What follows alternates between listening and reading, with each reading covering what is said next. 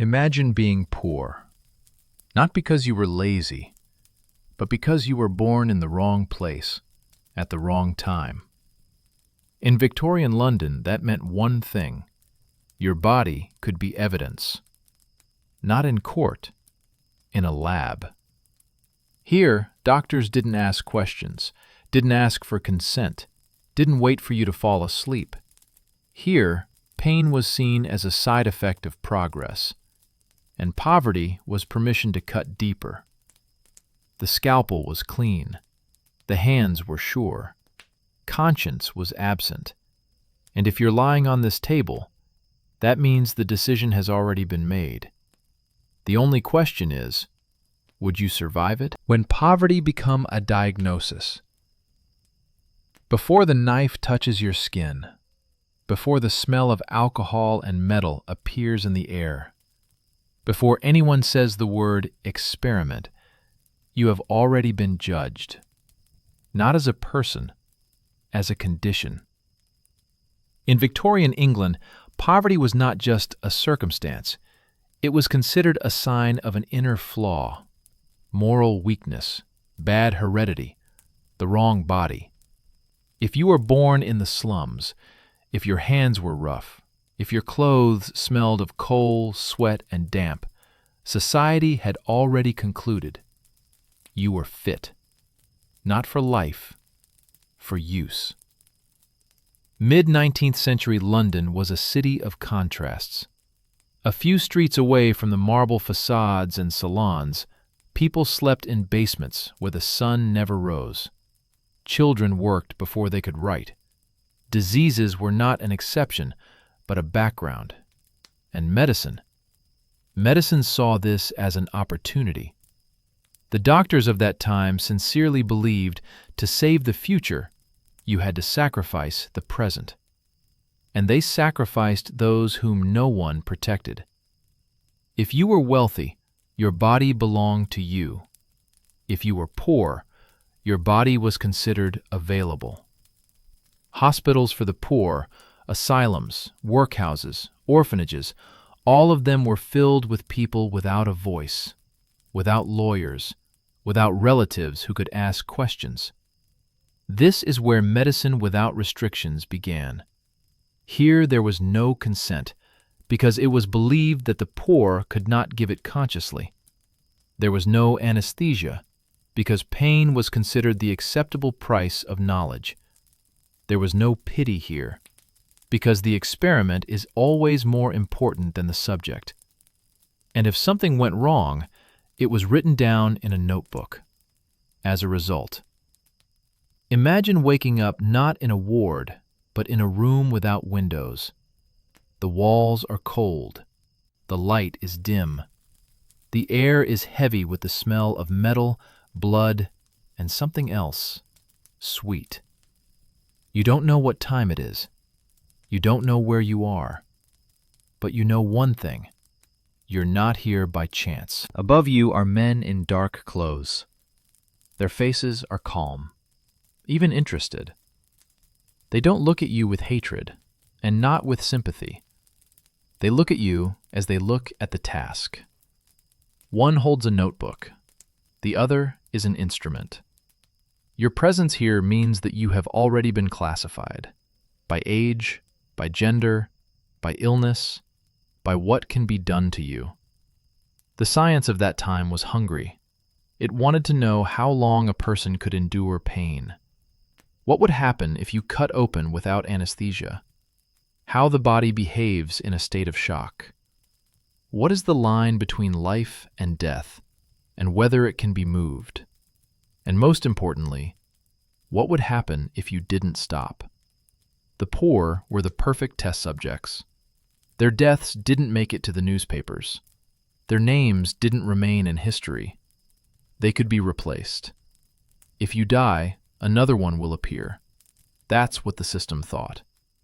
You could end up here because of a trifle, because of a cough, because of a fracture, because of fatigue that wouldn't go away. You came for help and became material. They could have told you that this was treatment, that it was necessary, that it was for the good of science. or they could have said nothing. Because your body, in their opinion, was no longer entirely yours. And here comes the moment that changes everything. Someone takes a step forward. The light falls on the blade. The metal shines. No one raises their voice. No one looks angry. This is the scariest thing. Because people who do evil calmly are always convinced that they are right. And when the scalpel approaches, you understand. Here, they are not asking whether you are ready. Here they are checking how long you can last. Rooms where pain was considered evidence. If you want to understand how far a person can go, give them power and the absence of consequences. In Victorian hospitals for the poor, there were rooms that were not marked on the building plans. They had no names, only numbers. They didn't give tours there. They didn't pray there. They didn't save there. They checked there. These rooms were simple. A table, a lamp, a tool cabinet. No decorations, no windows, just bodies and time. By the mid-19th century, anesthesia already existed. Ether, chloroform. But it wasn't always used. Not because they didn't know how, but because they didn't think it was necessary. Some doctors were convinced pain distorts the results, and the reaction to pain is the main object of research. How quickly a person falls into shock, when delirium begins, how long the heart can beat, when the body can no longer stand it. The poor were ideal for such observations. Their screams were not considered an argument. Their fear was an exaggeration. Their death was a statistic. You lie still, not because you want to, but because you have been recorded. The belts are pressing on your chest. Your hands are pressed against the cold wood. The smell of metal is getting stronger. Someone is checking your pulse. Someone is looking at their watch. The instruments are already there.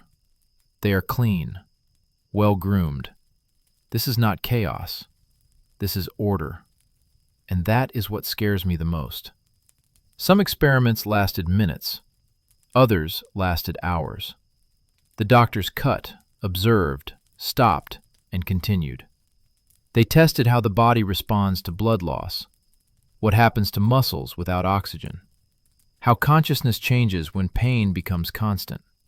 You stop screaming not because it stops hurting, but because the brain can no longer process the signal. And at that moment, someone says, "Interesting." Some doctors kept detailed notes. They described skin color, temperature, eye movements, sometimes the words a person said before losing consciousness.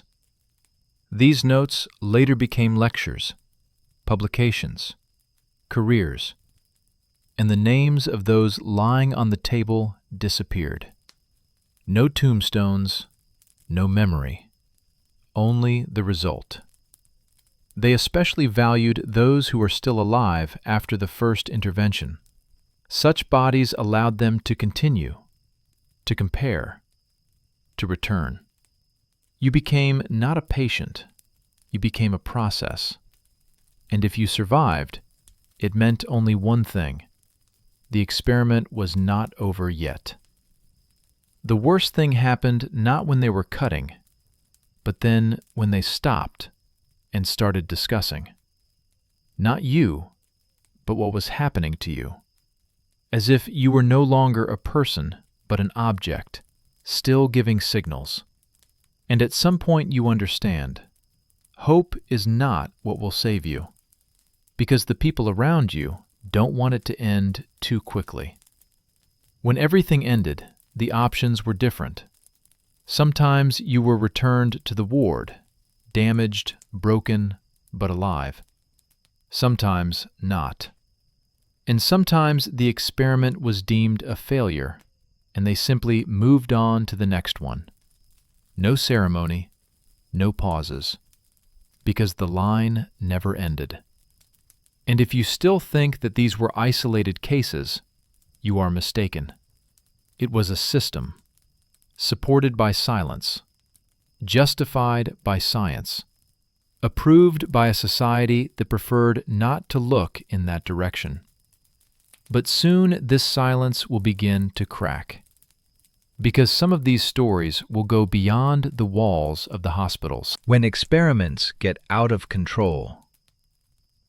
No system breaks down immediately. First, it starts in a hurry. In Victorian hospitals for the poor, this happened when there were too many experiments and never enough bodies. Doctors no longer expected recovery. They didn't expect healing. They didn't even expect stability. They kept going back to the same people, as if to see how many times they could cut open before something went wrong. You wake up earlier than you expected. The light hurts. Your head is buzzing. Your body feels foreign. You feel bandages. You feel pain that has no clear point. It's just everywhere. And most importantly, you remember. Now you know that this is not a cure. And what might not happen next time?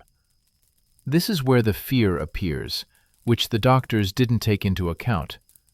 The fear is not of pain, but of repetition. Some begin to refuse, ask, beg. It doesn't help. But some do something else.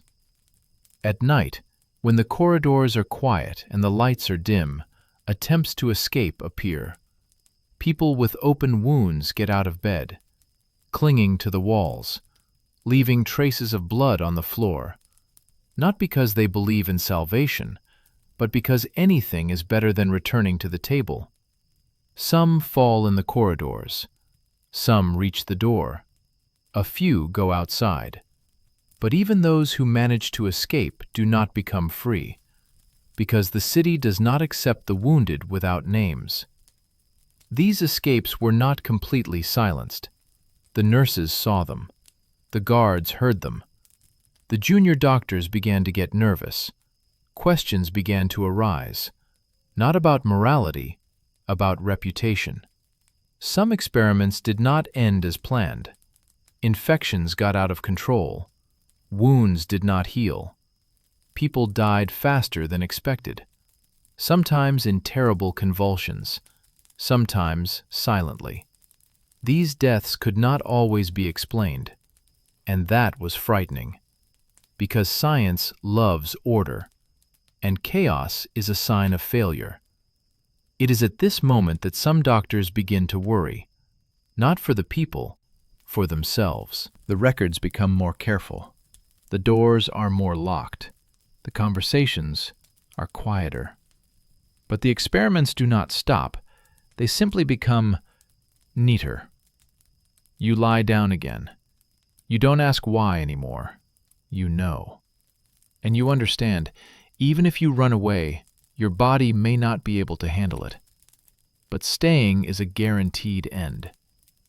And it is here, in this choice without options, that you feel real horror. Not pain, not the fear of death, but the complete lack of a way out. That was the moment when the experiments ceased to be hidden. Not for everyone, but for those who worked inside the system. And some of them, for the first time, wondered, what if next time someone else turns up on the table? When silence starts to speak. No secret disappears quietly. It either suffocates inside or finds a crack and leaks out. In Victorian London, these cracks were everywhere. In the kitchens of workhouses, in the corridors of hospitals, on the stairs where nurses spoke in whispers. Some saw wounds that had no explanation. Some heard screams at night. Some noticed that some patients just didn't come back. The rumors didn't sound like accusations. They sounded like fear. It's better not to go there. If you're taken away, don't expect to come back the same. Better to die on the street than to be treated there. These words didn't make it into the newspapers, but they spread faster than the truth. You hear it too. Not from a doctor, not from an official, from the person next to you in the ward, from a whisper in the dark, from someone who has survived the first intervention and knows what will happen next. And fear begins to live separately from pain. The problem for the system was not the experiments, but that people began to notice patterns. The same doctors, the same buildings, the same disappearances. And when patterns appear, there is an opportunity to ask why. The first mentions in the press were cautious, small notes, anonymous letters, hints. Newspapers wrote about strange treatment methods, about excessive severity, about high mortality rates. No names, no direct accusations. But for the attentive reader, that was enough. The hospitals responded as all systems under threat do. They denied it. This is an exaggeration. These are necessary procedures. These are isolated cases. And most importantly, this is for the good of society. You are lying in bed again. Now you know that somewhere out there, someone is starting to guess. But you also know that this knowledge does not get here in time. And if the choice is between the truth tomorrow and the scalpel today, the scalpel is always faster. The system was most afraid not of the facts, but of the witnesses, because those who survived could speak. So they started keeping some patients longer, others transferring, some isolating, not as punishment, as prevention. The younger doctors started to get nervous. They came into the profession for the knowledge, and they got a share. Some wrote private letters, some destroyed records. Some simply remained silent, because silence seemed safer. At this point, the experiments did not stop. On the contrary, they were accelerated. Because when you feel that time is running out, you try to get as much done as possible, even if the price is a few more lives. And while the newspapers hesitated and the officials postponed decisions, everything continued in the hospitals. A table, a lamp, instruments, and people who understood that the truth might come, but not in time. This was the final phase of silence, because it would be impossible to keep quiet any longer when silence starts to speak. No secret disappears quietly. It either suffocates inside or finds a crack and leaks out. In Victorian London, these cracks were everywhere. In the kitchens of workhouses, in the corridors of hospitals, on the stairs where nurses spoke in whispers. Some saw wounds that had no explanation. Some heard screams at night. Some noticed that some patients just didn't come back. The rumors didn't sound like accusations. They sounded like fear. It's better not to go there. If you're taken away, don't expect to come back the same. Better to die on the street than to be treated there. These words didn't make it into the newspapers, but they spread faster than the truth. You hear it too. Not from a doctor, not from an official, from the person next to you in the ward, from a whisper in the dark, from someone who has survived the first intervention and knows what will happen next. And fear begins to live separately from pain. The problem for the system was not the experiments, but that people began to notice patterns. The same doctors, the same buildings, the same disappearances. And when patterns appear, there is an opportunity to ask why. The first mentions in the press were cautious, small notes, anonymous letters, hints.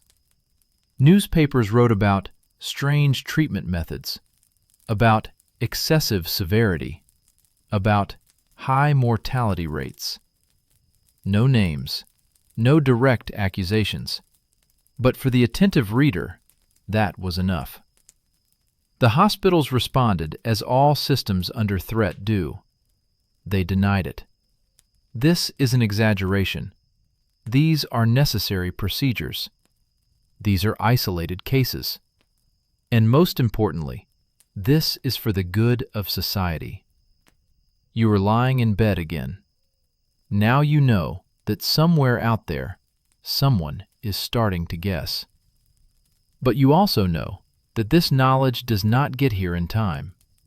And if the choice is between the truth tomorrow and the scalpel today, the scalpel is always faster.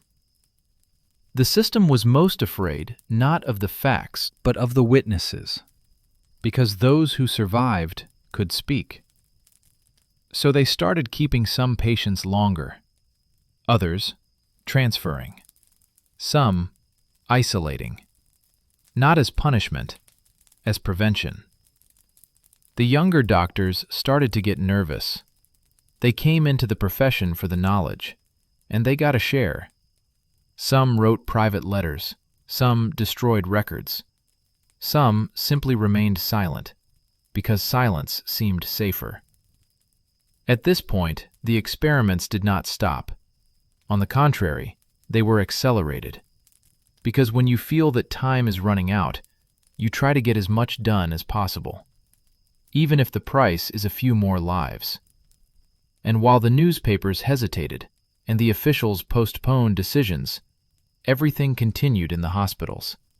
A table, a lamp, instruments, and people who understood that the truth might come, but not in time.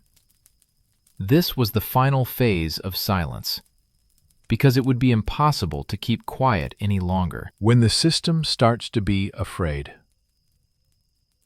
When the truth gets too loud, the authorities pretend to listen. In Victorian England, this meant one thing: commissions, reports, inspections. Not because anyone felt sorry for the poor, but because reputations are fragile.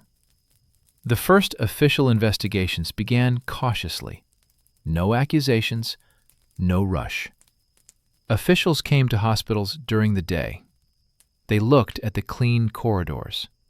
They listened to prepared explanations. They were shown journals, neat records, correct wording. The patient died of complications. The intervention was necessary. The risks were known.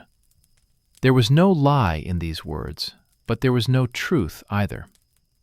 You lie in bed and you see people in suits walking by. They don't look at you for long. They don't ask questions. They don't touch. Because if you touch, you'll have to feel it, and that's dangerous. Some doctors were confident in their impunity. They had been working for decades. They were known. They were respected. The idea that anyone could question their methods seemed offensive. Without us, medicine would stop. Without our experiments, people would die. These words sounded sincere, and that's why they were so dangerous. But fear still appeared. Not fear of punishment, fear of losing control. Records began to disappear. Some journals accidentally got corrupted. Names were replaced with initials. Bodies that were material yesterday suddenly became evidence. Commissions asked about methods. Doctors answered selectively. Successes were talked about willingly. Deaths were cautious. Consent was abstract. Patients were under the care of the state. Decisions were made in their best interests.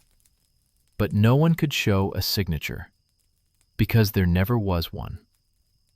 You begin to understand that the system is not afraid of what happened, but of who finds out about it. And this gives a strange hope, not because you will be saved, but because you are no longer so easy to hide. Some hospitals began to change their behavior. Experiments were postponed at night. Access was restricted. Patients were transferred between institutions, not for safety, for confusion. because investigation is always a matter of route. During this period, the first official recommendations appeared. Streamlined, no obligations. It is advisable to take into account the patient's condition. Caution is recommended.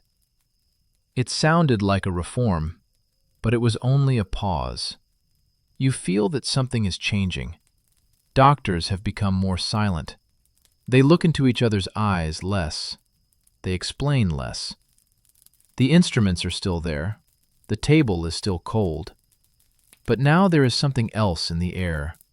Nervous anticipation. The system did not know how to stop, because stopping meant confession, and confession meant guilt. So it did the only thing it knew how to do. It began to look for a way to continue, and at the same time look clean. But it did not last long, because where there is fear, there will always be someone who will say too much. Those who dare to speak. A system can last for years, decades, but it always cracks in one place, where a person appears who has nothing left to lose. In Victorian hospitals, these people became those who were considered invisible. Nurses, orderlies, junior doctors, those who saw everything up close and could no longer sleep. At first, it was words without an address, notes left in libraries, letters without a signature, fragments of memories passed on through acquaintances. They had no loud accusations, just details. The same patient, 3 times in a month. An operation without a broadcast. Death at 2:40 a.m., recording at 6 a.m. It is the details that make the truth dangerous. You hear the tone change in the corridors. They used to speak in whispers. Now they stop when someone passes by. Some avoid looking. Some, on the contrary, stare for too long. And you understand, someone has already said too much. The first public testimonies did not sound heroic. They were broken. People mixed up dates. They forgot names. They cried. But each story had one thing in common. The patients were not asked. And that was enough. Newspapers that had previously cautiously hinted began to write directly, without names, but with facts, without headlines, but with numbers. Mortality in some hospitals exceeds the norm. Treatment methods raise questions. Patients from workhouses are subjected to procedures without consent. It could no longer be ignored. You lie in the ward and see doctors reading newspapers, not for information, for mood. And for the first time you see on their faces not confidence, but irritation. Because now they do not control the story completely. Some witnesses disappeared, not always physically, sometimes from the public space. Their words became unconfirmed. Their memories became unreliable. Because if you discredit a person, you do not need to respond to the facts. But there were those who could no longer be silenced. Former patients, relatives, people with scars who did not fit into any official diagnosis. Their bodies became evidence. At that moment, the system lost its main advantage, its monopoly on the story. Because now, history had not only documents, but faces. And each of them asked the same question. Why? The doctors began to defend themselves more aggressively. They talked about the lack of understanding of science, about the danger of panic, about the need for victims. And the more they talked, the more obvious it became. They are afraid. You feel it. Not because it has become safer, but because decisions are now made faster, tougher, without unnecessary pauses. Because when you are exposed, You either stop or go to the end. This chapter of history was a turning point, not because everything stopped immediately, but because silence was no longer the norm, and the system that had been hiding in the shadows for years felt the light for the first time, even if it was not yet warm. When the public finds out, too late. Society rarely reacts quickly. First it doubts, then it is outraged, and only in the end does it try to correct. In Victorian England, this path was especially slow. When newspapers began to write more openly, readers did not believe at first, because to believe meant to admit that progress has a bloody price, and that was uncomfortable. Could doctors really do this? Did they really allow it? Did it really happen right next to us? These questions appeared in salons, in letters to the editors, in parliamentary corridors, and the more they were asked, the harder it was to turn away. The official reaction looked familiar: committees, reports, recommendations. The words became more cautious. The wording became softer. Practices needed to be reviewed. Supervision needed to be increased. Patient information needed to be provided. On paper, it looked like the end of cruelty.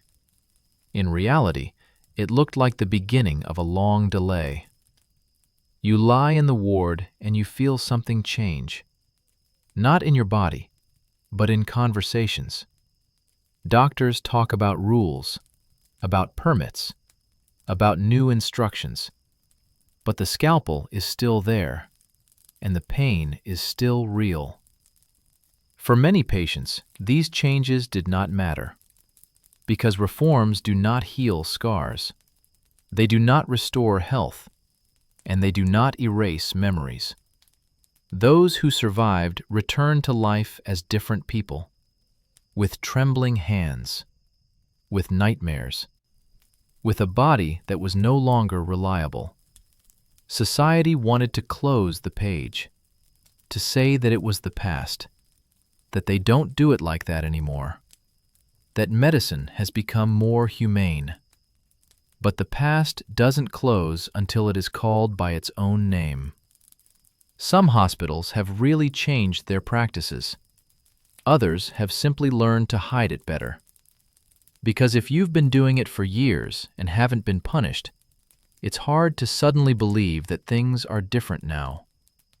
The worst thing was that sympathy came in the abstract, to the idea of the victims, and not to specific people. You were a statistic, an example, a warning, but not a person whom someone would come to visit. And yet something moved, not because of morality, because of the fear of repetition. Because if today we allow the poor, tomorrow the question may be different. And who else? This chapter of history was silent. No arrests, no high-profile trials, no finale. Just the realization that the damage has already been done, and that some consequences don't go away even when the rules change. Bodies that don't forget. When an experiment ends, the story doesn't end. It simply changes form. The survivors left the hospitals not cured, but changed, sometimes forever. You return to a world that doesn't know what happened to you. People look at you and see only slow movements, scars, a strange caution in every gesture. They don't see the table. They don't see the blade. They don't hear the footsteps in the hallway at night. And so it seems to them that you just aren't trying hard enough. Some bodies don't obey anymore. Hands tremble for no reason. Legs weaken after a few steps. The pain comes suddenly, as if someone is touching an old wound again. Doctors call it complications. Neighbors are lazy. Employers are a problem. And you call it memory. The hardest thing is at night, when the light disappears and the body finds itself on that table again. You wake up to your own breathing. You feel the belts, which are no longer there. You hear voices that have long since fallen silent. And each time you have to convince yourself that this is the past. Some of the survivors tried to tell, but who listens to the poor with scars? Their stories seemed too harsh, too uncomfortable, too such that it is better not to hear. And so many fell silent again. Some experiments left traces that cannot be hidden. Disturbed breathing, vision that has deteriorated, the pain that has no name. These people became living evidence, but without a trial, without a verdict. You begin to understand that surviving is not always a victory, because life after can be longer and harder than the procedure itself. And yet, some people held on, not because they were stronger, but because they didn't want it all to be in vain. They remembered the names, the rooms, the dates. They knew that the truth might be needed later. It was thanks to these people that some practices were never repeated in the same form again. Not out of mercy, but out of fear. Because a body that survived is a witness that is difficult to make disappear. But for everyone who lived to this moment, there were those who did not, and their absence was felt more than any reports. This chapter of history is quiet. No scandals, no newspapers, just life, which continues with consequences, and a memory which cannot be erased. Knowledge built on others' pain. History loves simple endings. It wants to say, it was terrible, but thanks to this, we became better. Reality is more complicated, because some discoveries really worked. Some methods saved lives. Some data formed the basis of future medicine. And that is why the question becomes dangerous. Can knowledge be separated from the way it was obtained? After the first scandals, many practices officially disappeared. Rules appeared, consent forms, supervision. But the educational materials remained. Notes taken at the experimental tables were transcribed, generalized, taught to students, without context, without names, without mentioning those who were lying on the table. You look at it from a different angle. You know that somewhere in the lecture hall, someone is learning from your pain. Not literally, but through numbers, schemes, conclusions. And no one asks whether you wanted to be a part of this science. Some of the doctors sincerely believed that all this was necessary. They said, without these experiments, we wouldn't know. Without these sacrifices, medicine would be blind. And maybe they were partly right. But no formula measures human consent. During this period, a new idea begins to take shape. Ethics. Not as compassion, but as a limit. Because if you don't set a limit, science will always find an excuse. You notice a strange thing. The same doctors who for years worked without restrictions now talk about rules. Not because they've changed, and because they understood. Next time, you yourself may become the object. Universities are starting to teach not only methods, but also warnings. They explain why some things are no longer allowed. But they rarely say who exactly they owe these lessons to. For those who survived, this legacy was bitterly felt, because their pain had turned into an abstraction, into a stage of development, into a historical context, and not into a crime. And yet, these stories changed something important. They forced society to ask the question, does science have the right to everything? And the answer has never been so simple. You understand that you live in a world where some things have become impossible precisely because someone once did not survive. And this thought is not reassuring. It presses. Because if knowledge grows from pain, we must remember where it came from. This chapter has no heroes, only consequences. And it leads to the final question: have we really learned? Limits that came too late. When history leaves scars, society tries to call them rules. Not immediately, not honestly, but persistently. After the Victorian experiments, medicine began to fear itself. New words appeared: consent, voluntariness, information. They sounded like progress, and they really were. But these words did not appear out of compassion. They appeared out of the memory of what happens when there is no one to stop. Doctors began to sign papers. Patients began to be explained the risks. Procedures became slower, safer, on paper. Because fear is a bad teacher, but an effective one. You see the tone change. Now you are called the patient, not by accident, not by material. They listen to you. Sometimes they really listen. But this attention feels fragile. It's as if everyone remembers that all you have to do is loosen your grip a little bit, and the old habits will return. Curricula are being rewritten. Ethics committees are being created. Meetings, minutes. It looks like protection, but in reality, it's a monument, not made of stone, but made of procedures. Those who survived the experiments rarely participated in these discussions. They were too busy just living. Their names were not mentioned. Their stories were shortened, because to talk about them in full would be to look into a mirror. You understand the strange thing. Where there are morals, boundaries don't appear. They appear where someone has already broken through. And even today, when the rules seem clear, this story does not disappear. It resounds in every question. Can a person really say no? Isn't the price for knowledge too high? Because the past does not warn. It simply waits for someone to forget. Could you survive this?